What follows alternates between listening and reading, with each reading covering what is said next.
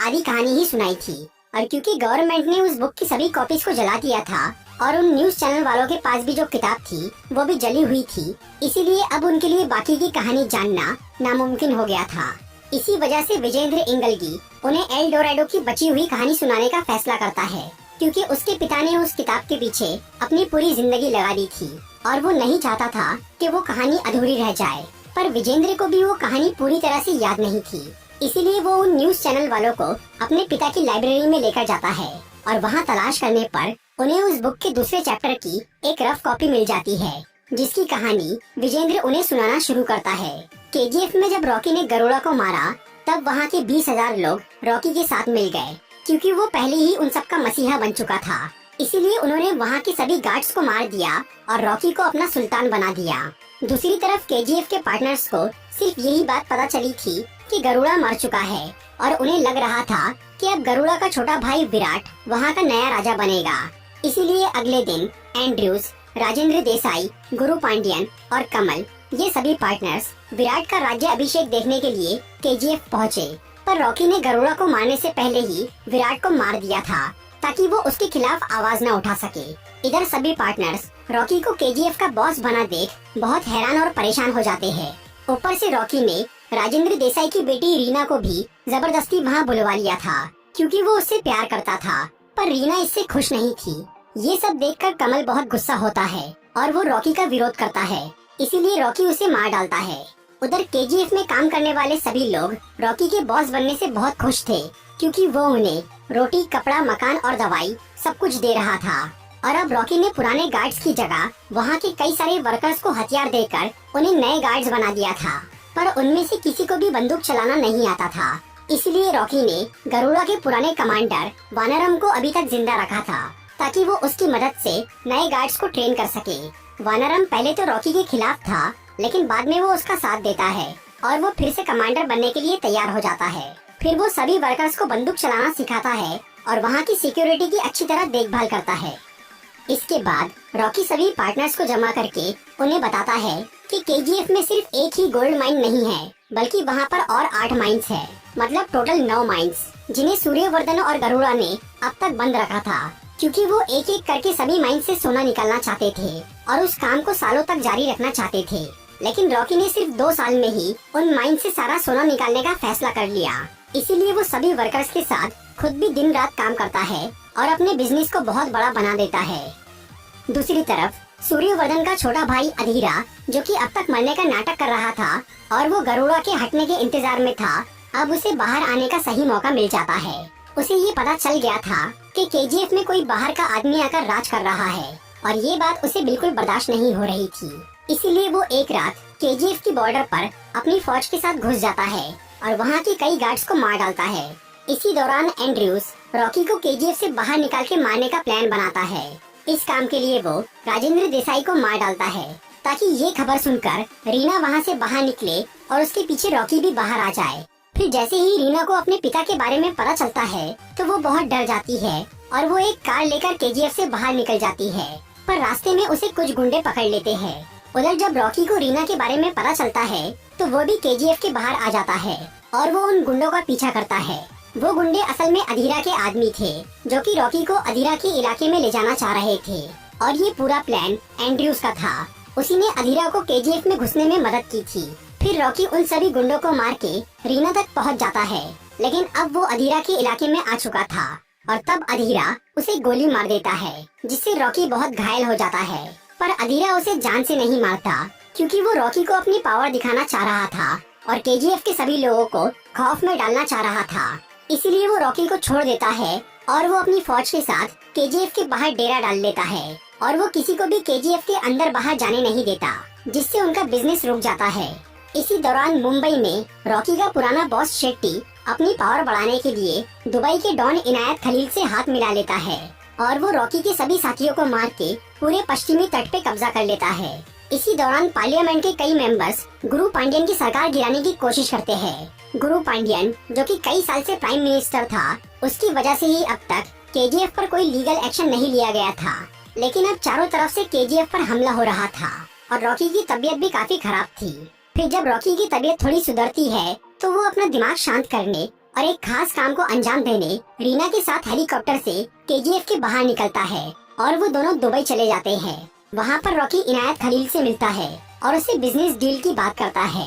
पहले तो इनायत खलील इसके लिए राजी नहीं होता क्योंकि उसने अब शेट्टी से हाथ मिला लिया था, लेकिन रॉकी ने दुबई जाने से पहले ही अपने खुफिया आदमियों की मदद से शेट्टी को बर्बाद करने की तैयारी कर ली थी और उसके दुबई पहुंचने तक शेट्टी की पूरी गैंग खत्म हो जाती है। फिर जब इनायत खलील को ये खबर मिलती है कि रॉकी ने फिर से पश्चिमी तट को अपने कब्जे में ले लिया है, तब वो मजबूरी में रॉकी से डील कर लेता है। इसके अलावा रॉकी इनायत खलील से बहुत सारी AK-47 गन्स खरीद लेता है क्योंकि अब तक उनके पास सिर्फ पुरानी गन्स ही थी। फिर रॉकी वापस इंडिया लौट जाता है और अब वो अपनी नई गन्स की मदद से केजीएफ के बाहर बैठे अधीरा के सभी आदमियों को मार डालता है। इससे अधीरा भी घायल हो जाता है, पर रॉकी उसे जान से नहीं मारता क्योंकि अधीरा ने भी एक बार उसकी जान बख्शी थी, इसीलिए वो उसे वार्निंग देकर छोड़ देता है। फिर रॉकी मुंबई जाकर अपने हाथों से शेट्टी को मारता है और पार्लियामेंट के सभी मेंबर्स को धमकाकर गुरु पांड्यन की सरकार गिरने से बचा लेता है। इस सब के बीच रीना अब रॉकी को पसंद करने लगी थी, इसीलिए वो उससे शादी कर लेती है और वो दोनों खुशी खुशी साथ रहने लगते हैं। फिर 1978 से लेकर 1981 तक सिर्फ 3 साल में ही रॉकी ने केजीएफ का पूरा नक्शा बदल दिया। उसने वहाँ की आधी जगह को एक मॉडर्न इंडस्ट्री और बाकी जगह को एक खूबसूरत शहर बना दिया था और अब तक उसने वहाँ से लगभग सारा सोना निकाल दिया था। लेकिन फिर उसी साल गुरु पांड्यन की सरकार गिर जाती है और उसकी जगह एक नई पीएम आती है जिसका नाम था रमिका सेन, एक ऐसी औरत जिसे जुर्म और गैर कानूनी काम से सख्त नफरत थी। रमिका सेन के पीएम बनने से सीबीआई के एक ऑफिसर राघवन को बहुत खुशी होती है क्योंकि वो कई साल से केजीएफ की इन्वेस्टिगेशन कर रहा था, पर आज तक वो उसके खिलाफ कोई एक्शन नहीं ले पाया था। लेकिन अब उसे अपने काम को आगे बढ़ाने का सही मौका मिल गया था, इसीलिए वो रमिका सेन से जाकर मिलता है और उन्हें केजीएफ की इल्लीगल माइनिंग और रॉकी के बिजनेस के बारे में बताता है। और ये सब जानने के बाद रमिका सेन राघवन को पूरे देश में रॉकी के कारखानों पर छापा मारने के लिए बोलती है, लेकिन रॉकी के खबरी देश में हर जगह फैले हुए थे, इसीलिए सीबीआई को छापा मारने पर कोई माल नहीं मिलता। पर बेंगलोर में एक जगह उन्हें एक सोने का बिस्किट मिल जाता है।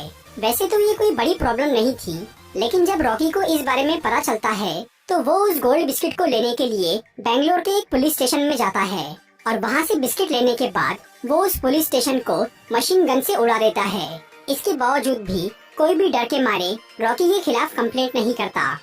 इसी दौरान आनंद इंगलगी नाम का एक न्यूज रिपोर्टर जिसने आगे जाकर एल डोराडो बुक लिखी थी, वो रॉकी के बारे में जानने के लिए केजीएफ में घुस जाता है, पर वहाँ के गार्ड्स उसे पकड़कर रॉकी के सामने पेश कर देते हैं।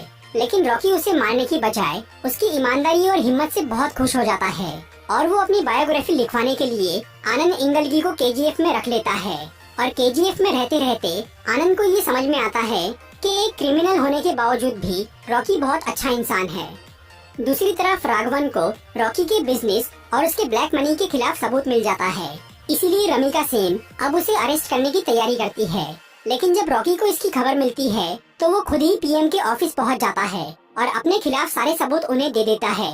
इसके बावजूद भी वो उसे अरेस्ट नहीं कर पाते क्योंकि रॉकी ने अपने ब्लैक मनी को इस तरह से मैनेज किया था कि उससे पीएम के पार्टी मेंबर्स को भी पैसा जाता था, इसीलिए रॉकी को अरेस्ट होने का कोई डर नहीं था। लेकिन इससे रमिका सेन और भड़क जाती है और वो किसी भी तरह रॉकी को हराने की कसम खा लेती है। इसके बाद रॉकी अपने सबसे बड़े प्लान को अंजाम देता है। वो केजीएफ से निकला सोना बेचना बंद कर देता है और लगातार माइनिंग करके सारा सोना खुद ही जमा करता है। इससे पूरे ब्लैक मार्केट में हलचल मच जाती है और सब लोग रॉकी के खिलाफ होने लगते हैं। पर वो ये पीएम के डर से नहीं कर रहा था, इसकी कोई और वजह थी। जब उसके करीबी लोग उससे इस बारे में पूछते हैं तब रॉकी सबको बताता है कि उसका पिता एक शराबी आदमी था जिसने उसकी माँ का कभी ख्याल नहीं रखा। इसी वजह से उसकी माँ उस आदमी से अलग हो गई और उसने अपनी जिंदगी बहुत मेहनत करते हुए काफी गरीबी में बिताई और कम उम्र में इतनी तकलीफें झेलने की वजह से उसकी माँ बीमारी से मर गई। पर मरने से पहले उसने रॉकी से ये वादा लिया था कि वो दुनिया का सबसे अमीर आदमी बनेगा और गरीबों की मदद करेगा। इसीलिए रॉकी ये काम कर रहा था और क्योंकि उसके पिता ने जीते जी उसकी माँ का ख्याल नहीं रखा था, इसीलिए अब रॉकी ने कर्नाटका से अपनी माँ की कब्र और अपने पिता को केजीएफ बुलवा लिया और उसने अपने पिता को उस कब्र की देखभाल के काम पे लगा दिया। दूसरी तरफ अधीरा अपनी हार से अब तक बहुत गुस्सा था और वो काफी समय से केजीएफ में घुसने और रॉकी को मारने की तैयारी कर रहा था। तभी एक दिन एंड्रयूज उससे मिलता है और वो अधीरा को केजीएफ में घुसने का एक खुफिया रास्ता बताता है। वो रास्ता जमीन से होकर केजीएफ की एक पुरानी माइन तक जाता था। इसीलिए अधीरा वहाँ गड्ढा खोदकर अपनी फौज के साथ वहाँ जाना शुरू करता है। इसके अलावा इनायत खलील भी रॉकी से बहुत नाराज था, इसीलिए वो उसे मारने के लिए अपने कई आदमी अधीरा के पास भेज देता है और वो सब मिलकर केजीएफ की तरफ बढ़ने लगते हैं। उधर रॉकी इंडस्ट्री के बीच में अपने काम में बिजी था। तभी अचानक रीना वहाँ आती है और वो उसे अपनी प्रेगनेंसी के बारे में बताती है। लेकिन उसी वक्त अधीरा अपने आदमियों के साथ केजीएफ में पहुँच जाता है और एंड्रयूज भी अपने साथियों के साथ वहाँ पर आ जाता है और वो सब लोग वहाँ के गार्ड्स पर हमला करने लगते हैं। फिर अधीरा एक बंदूक से रीना को गोली मार देता है, जिससे वो तुरंत मर जाती है और फिर वो रॉकी के साथ लड़ाई करना शुरू करता है। पहले तो अधीरा उसे बहुत मारता है, लेकिन बाद में रॉकी को रीना की याद आती है और तब वो अधीरा पर बुरी तरह टूट पड़ता है और आखिर में वो उसका गला दबाकर उसे मार डालता है। उधर केजीएफ के गार्ड्स ने भी अधीरा के सभी साथियों को मार दिया था, पर रॉकी अब तक इस बात से परेशान था कि वो सब लोग केजीएफ के अंदर कैसे घुसे। और जब उसे ये पता चलता है कि वो लोग एक पुरानी माइन से अंदर आए थे, तब रॉकी समझ जाता है कि इस साजिश के पीछे किसका हाथ है और वो उस इंसान को मारने के लिए दिल्ली रवाना हो जाता है, क्योंकि इस पूरे खेल का असली मास्टरमाइंड गुरु पांड्यन था। जब सूर्यवर्धन ने गरुड़ा को अपना वारिस बनाया था, तभी से गुरु पांड्यन ने केजीएफ को हथियाने का सोच लिया था। उसी ने पहले गरुड़ा और अधीरा के बीच में दुश्मनी पैदा की, फिर उसने अधीरा को गरुड़ा से बचा के उसे अपने साथ मिला लिया। बाद में उसी ने रॉकी का पता लगाया और गरुड़ा को मारने का प्लान बनाया। और जब रॉकी केजीएफ का बॉस बन गया, तब उसने एंड्रयूज के जरिए अधीरा को केजीएफ में घुसने में मदद की। फिर उसने इनायत खलील और शेट्टी की दोस्ती करवाई और आखिर में खुद उसने अपनी ही सरकार गिरा के रमिका सेन को रॉकी के पीछे लगा दिया। इसीलिए अब रॉकी गुरु पांड्यन को मारने दिल्ली गया था और वहाँ पहुंचकर उसने पार्लियामेंट में सबके सामने गुरु पांड्यन को मार डाला। और ये देखकर पीएम रमिका सेन बिल्कुल दंग रह जाती है। पहले वो सिर्फ रॉकी को पकड़ना चाह रही थी, लेकिन अब इस कांड के बाद उसने रॉकी को जान से मारने का फैसला कर लिया और उसके नाम का डेथ वारंट निकाल लिया। इसके अलावा उसने पूरे केजीएफ को भी तबाह करने का ऑर्डर दे दिया। दूसरी तरफ रॉकी ये जानता था कि एक न एक दिन ऐसी कोई नौबत जरूर आएंगी, इसीलिए उसने पहले से ही अपने यहाँ काम करने वाले 20,000 लोगों के लिए एक नया शहर बना के तैयार रखा था। फिर जब इंडियन आर्मी केजीएफ में घुसने लगती है, तब वहाँ रहने वाले सभी लोग वहाँ से निकलकर उस नए शहर में जाना शुरू करते हैं। फिर जब आर्मी वाले केजीएफ की तलाशी लेते हैं, तो वहाँ उन्हें ना तो रॉकी मिलता है और ना ही कोई सोना, क्योंकि आर्मी वालों के वहाँ आने से पहले ही रॉकी अपना सारा सोना एक बड़े से शिप में रखकर इंडियन ओशन में चला गया था, क्योंकि वो अपना सोना सरकार को नहीं देना चाहता था। उसने थोड़ा सोना अपनी कंपनी के लोगों को दे दिया था और बाकी का सारा सोना वो समुद्र में डुबा देना चाहता था, ताकि वो गलत हाथों में ना पड़े। इसीलिए वो इंडियन ओशन के बीच में पहुंच जाता है और नेवी फोर्सेस को अपने ऊपर फायर करने के लिए उकसाता है।